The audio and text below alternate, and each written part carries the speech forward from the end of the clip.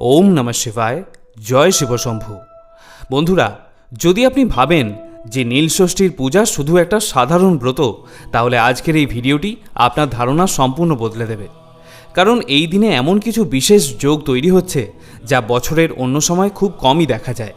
তাই আজকের এই ভিডিওটা একদম শেষ পর্যন্ত দেখুন। নমস্কার বন্ধুরা, আশা করি মহাদেবের কৃপায় আপনি ভালো আছেন এবং সুস্থ আছেন। আজকের এই পর্বে আমরা বিস্তারিতভাবে জানব নীলষষ্ঠী ব্রত পালনের সঠিক নিয়ম, শুভ সময়, প্রয়োজনীয় সামগ্রী এবং বিশেষ কিছু গুরুত্বপূর্ণ বিষয় যা অনেকেই জানেন না। প্রথমেই জানিয়ে রাখি, 2026 সালে নীলষষ্ঠী ব্রত পালন করা হবে আগামী 13ই এপ্রিল সোমবার, অর্থাৎ 29শে চৈত্র। যদিও সারা দিনই এই তিথি বিদ্যমান থাকবে, তবুও পূজার জন্য বিশেষ শুভ সময় থাকবে সকাল 10টা 28 মিনিট থেকে দুপুর 12টা 53 মিনিট পর্যন্ত এবং সন্ধ্যা 6টা 37 মিনিট থেকে রাত 8টা 56 মিনিট পর্যন্ত। এই সময়ের মধ্যে পূজা করলে তা অত্যন্ত ফলপ্রদ হয়। আপনারা জানেন, ভগবান শিবের আরেক নাম হল নীলকণ্ঠ। সমুদ্র মন্থনের সময় বিষ পান করে তিনি সৃষ্টিকে রক্ষা করেছিলেন। আর দেবী পার্বতীর আরেক রূপ নীলচণ্ডিকা। এই কারণেই এই দিনটি নীলষষ্ঠী নামে পরিচিত। এই ব্রত মূলত পরিবার ও সন্তানের মঙ্গল কামনায় পালন করা হয়। শুধু সন্তানবতী মায়েরাই নয়, নিঃসন্তান দম্পতি বা অবিবাহিত নারী পুরুষও এই ব্রত পালন করে শুভ ফল লাভ করতে পারেন। অনেকে প্রশ্ন করেছেন যে এই বছর নীলষষ্ঠী এবং বরুথিনী একাদশী একই দিনে পড়েছে, তাই এই দুটি ব্রতের উপবাস একসাথে কিভাবে পালন করা যাবে, কোন কোন খাদ্য গ্রহণ করা যাবে এবং কোন কোন খাদ্য নিষিদ্ধ।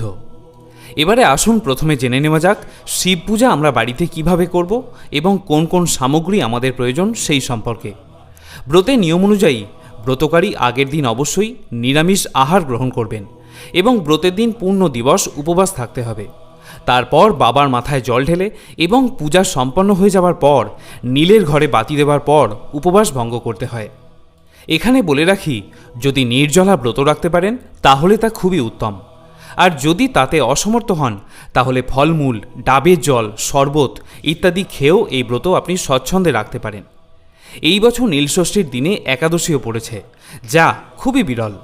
তাই আপনি একই সাথে যদি নীলের এবং একাদশীর উপবাস একসাথে করতে পারেন তাহলে ব্রতের ফল দ্বিগুণ বৃদ্ধি পাবে। একাদশীতে রবিশস্য নিষিদ্ধ, তাই ধান, গম, সরিষার তেল, যবের তৈরি কোনো খাবার এগুলি গ্রহণ করবেন না। তবে শারীরিকভাবে অসুস্থ এবং বৃদ্ধরা ঔষধ বা পথ্যাদি গ্রহণ করতে পারেন। যদি নিরামিষ রান্না করেন তাহলে সরিষার তেলের পরিবর্তে বিশুদ্ধ ঘি এবং সাদা লবণের পরিবর্তে সৈন্ধব লবণ ব্যবহার করতে পারেন। এখন প্রশ্ন হল, নীলষষ্ঠী এবং একাদশীর উপবাস একসাথে করলে একাদশীর পারণ আমরা কখন সম্পন্ন করব? এখানে বলি, যদি আপনি সমর্থ হন তাহলে পরের দিন অর্থাৎ মঙ্গলবার সূর্যোদয়ের পর পারণ সম্পন্ন করবেন। আর যদি তা করতে অসমর্থ হন তাহলে নীলষষ্ঠীর দিনে রাত 9টা 39 মিনিটের পরেও ভাত বা রুটি প্রসাদ গ্রহণ করে একাদশী এবং নীলের ব্রত একসাথে শেষ করতে পারেন। কারণ রাত্রি 9টা 39 মিনিটের পর এই একাদশী তিথিটি ছেড়ে যাচ্ছে। একাদশীর পারণবিধি আমি একটি অন্য ভিডিওতে বিস্তারিত আলোচনা করব। এবারে বলি, নীলষষ্ঠীর পূজায় আমাদের কোন কোন সামগ্রীর প্রয়োজন হবে।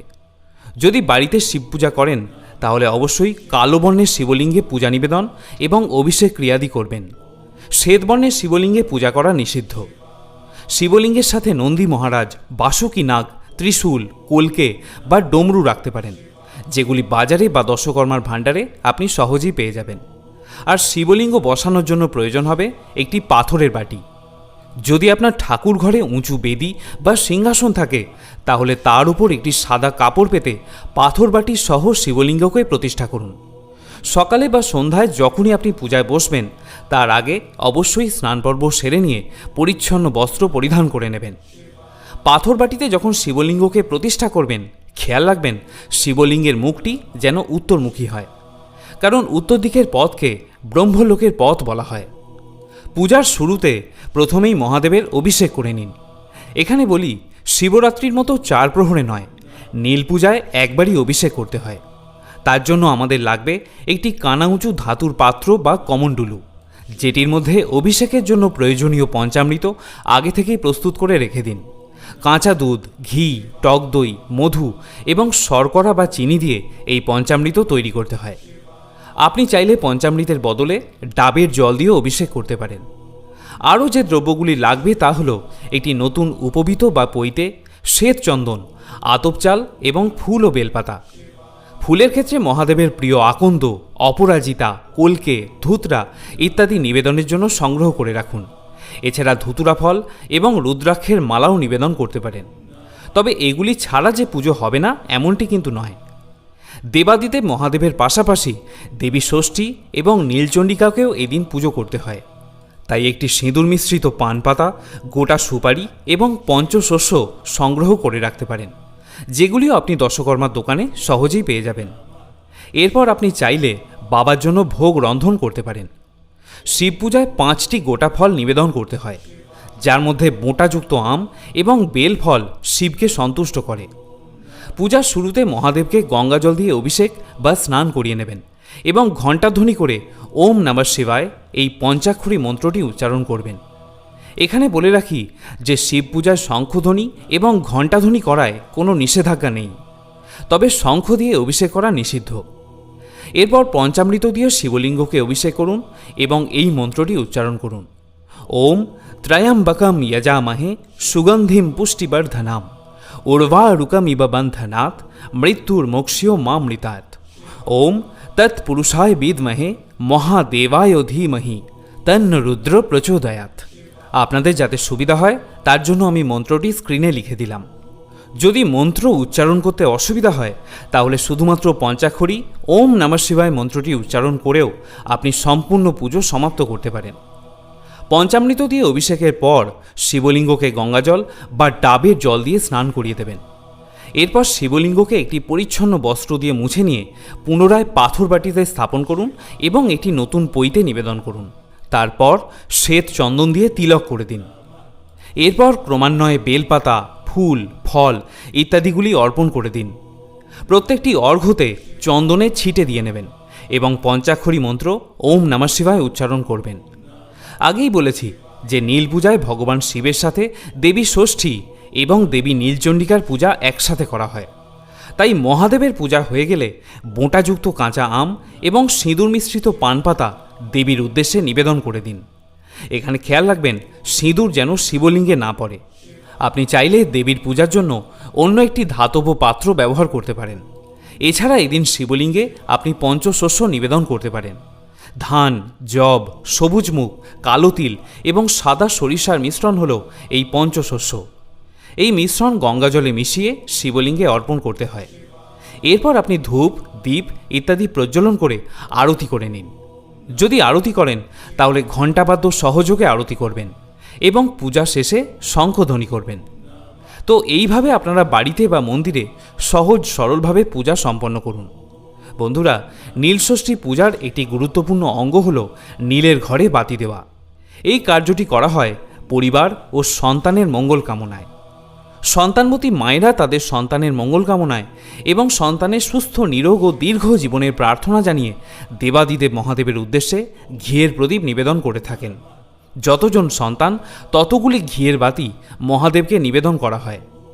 যে সমস্ত অবিবাহিত নারী এবং পুরুষ নীলষষ্ঠীর ব্রত পালন করেন তারাও নিজ নিজ পরিবারের মঙ্গল কামনায় ঘরে বাতি জ্বালাতে পারেন।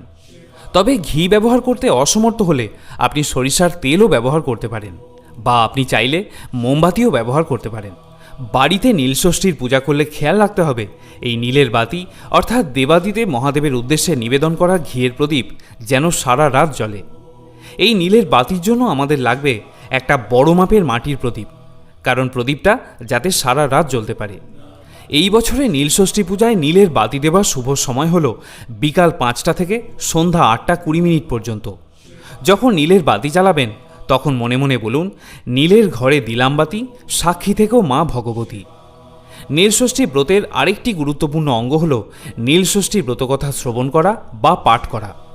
ভগবান শিবের সন্তুষ্টি বিধানের জন্য আজকের দিনে নীলষষ্ঠীর ব্রতকথাটি একবার অবশ্যই শ্রবণ করবেন। আপনি চাইলে ভগবান শিবের মহামৃত্যুঞ্জয় মন্ত্রটি 108 বার জপ করতে পারেন। এতে মহাদেব যেমন সন্তুষ্ট হন তেমনি বাড়ি থেকে সমস্ত নেতিবাচক শক্তিগুলি দূর হয়ে যায়।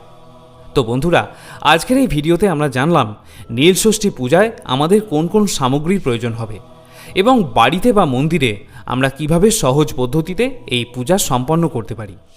আমি আশা করব এই ভিডিওটি দেখে আপনি সমৃদ্ধ হয়েছেন। যদি কোনো প্রশ্ন বা মতামত আপনার মনে থাকে তাহলে নিচের কমেন্টে আমাকে জিজ্ঞাসা করতে পারেন। আমি আপনার প্রশ্নের উত্তর নিশ্চয়ই দেব। সকলে ভালো থাকুন, সুস্থ থাকুন। দেবাদিদেব মহাদেব ও মা ষষ্ঠীর কৃপায় আপনার জীবন আরও সুন্দর ও সার্থক হয়ে উঠুক। ওম নমঃ শিবায়।